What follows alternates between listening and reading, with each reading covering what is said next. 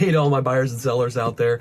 If you think that the only remedy in the case of a buyer's default is to retain their buyer's earnest money, you are sorely mistaken, and it could cost you a lot of money on both sides. Stick with me and let me tell you what's going on. And orangutans, and breakfast cereals, and fruit bats, and yards. Give a bit, brother. Words.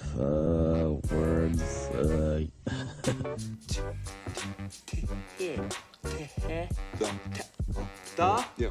The inner. It's a big one.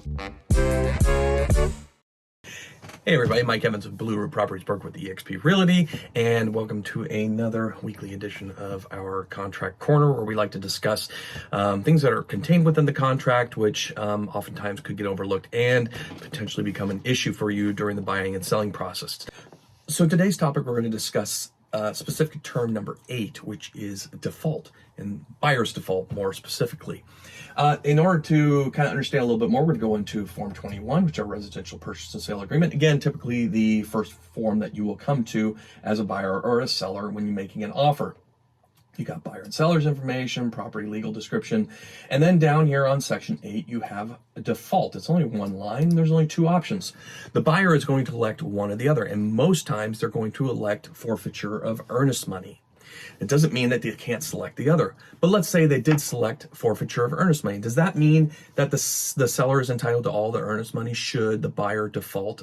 Not really. So we have to go down. There's actually some fine print to this. It's not just one line. And there's a subsection O that talks about default. And if the buyer fails without legal excuse to fulfill their obligations and purchase of property, then the specific term in section 8 that is selected comes into play. The three key words in that sentence is without legal excuse. That means that all of their contingencies have been exhausted or have been used and fulfilled. Contingencies like inspection, appraisal, financing, septic.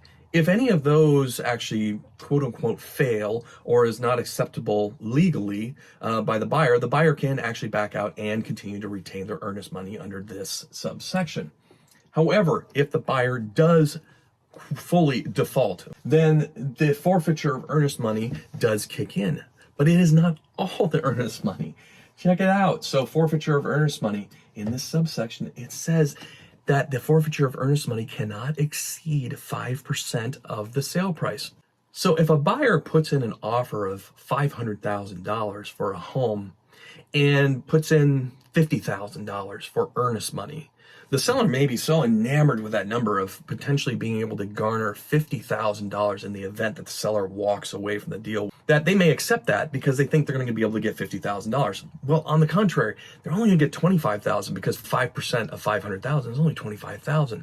So really that number is kind of moot when you're getting above 5%, unless the buyer selects the other option, being allowing the seller to select whatever remedy.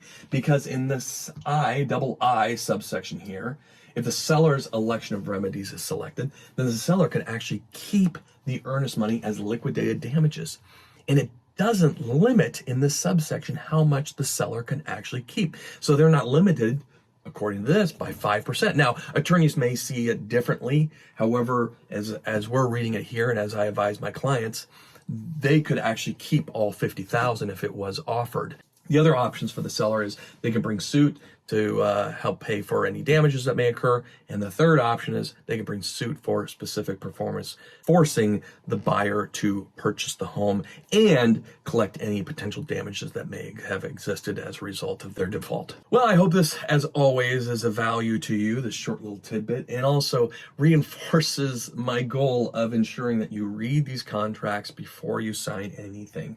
Your real estate professional may send you something for signatures. That doesn't mean just slap your signature on it. Read it in its entirety, understand it, and if you don't, please ask questions. All my best to you, and hopefully see you on the next one.